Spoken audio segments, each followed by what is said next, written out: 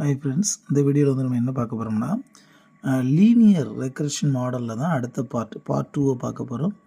இதில் வந்து first order linear model அப்படின்னு என்ன பார்க்க போகிறோம். ஸோ இதனுடைய ஃபார்ம் எப்படி இருக்கும்னா y = p0 + p1 x plus இம்பாங்க. இந்த ஈங்கிறது வந்து எரர் டேர்ம், ஓகேவா? Last e plus e error term.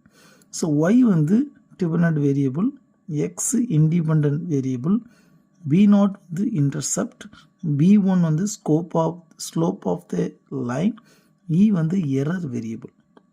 So இதெல்லாம் தனித்தனியாக உங்களுக்கு கீழே மென்ஷன் பண்ணியிருக்கிறேன். ஸோ இதிலேருந்து பார்த்தீங்கன்னா ஸ்லோப் இன்டர்செப்ட்னா y = mx + c. ஸோ இது வந்து ஒரு ஈக்குவேஷன். இதில் பார்த்தீங்கன்னா m வந்து ஸ்லோப்பை மென்ஷன் பண்ணும், b வந்து இன்டர்செப்டை மென்ஷன் பண்ணும். அதை அதில் கொடுத்துருக்குறேன். ஒய் இன்டர்செப்ட்னா அதுக்கும் உங்களுக்கு ஸ்கோப்புக்கும் சரி டெஃபினேஷன் கொடுத்துருக்கேன், இன்டர்செப்ட்டுக்கும் டெஃபினேஷன் கொடுத்துருக்குறேன். ஸ்லோப்னா the slope of the line is the change in y for a 1 unit increase in x. Y இன்டர்செப்ட்னா it is the height at which the line crosses the vertical axis and is obtained by setting x = 0 in the equations. ஒரு example உங்களுக்கு கொடுத்துருக்கிறேன். அப்போது the example of the linear regression which has one independent variable.